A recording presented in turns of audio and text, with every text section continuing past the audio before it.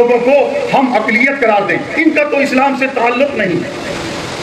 دنیا سنیں، جہاں ہم نے سنت آذان علی اکبر کو قائم کیا ہوا ہے، وہاں ہم اسی سنت کے مطابق نماز حسین بھی ادا کرتے ہیں۔ جس طرح ہم آذان کا انتظار کرتے ہیں پوری رات جاگ کر، کبھی کوئی مسلمان جاگا ہے آذان کے لیے؟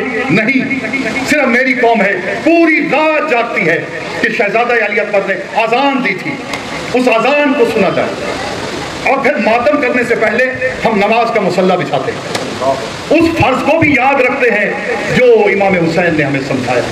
نہ ہم آذان سے دور ہیں نہ نماز سے دور۔ آپ میری بات کی تائید کریں گے کہ تپتی ہوئی سڑک ہوتی ہے، 12 بجے 1 بجے کا وقت ہوتا ہے، ماتمی لہو لہان ہوتا ہے، ادھر سے آذان آتی ہے، ادھر سے نعرہ تکبیر کی صدا آتی ہے، اور ہم صفے بنا کر نماز پڑھنا شروع کرتے ہیں۔ حسینی نماز سے دور نہیں، کیونکہ ہم سمجھتے ہیں اور یہ یقین ہے نماز بہت بڑی عبادت کا نام، روزہ بہت بڑی عبادت کا نام، حج بہت بڑی عبادت کا نام۔ یہ عبادتیں جس نے سمجھائی ہیں اسی کا فرمان ہے، علی کا چہرہ دیکھنا عبادت ہے۔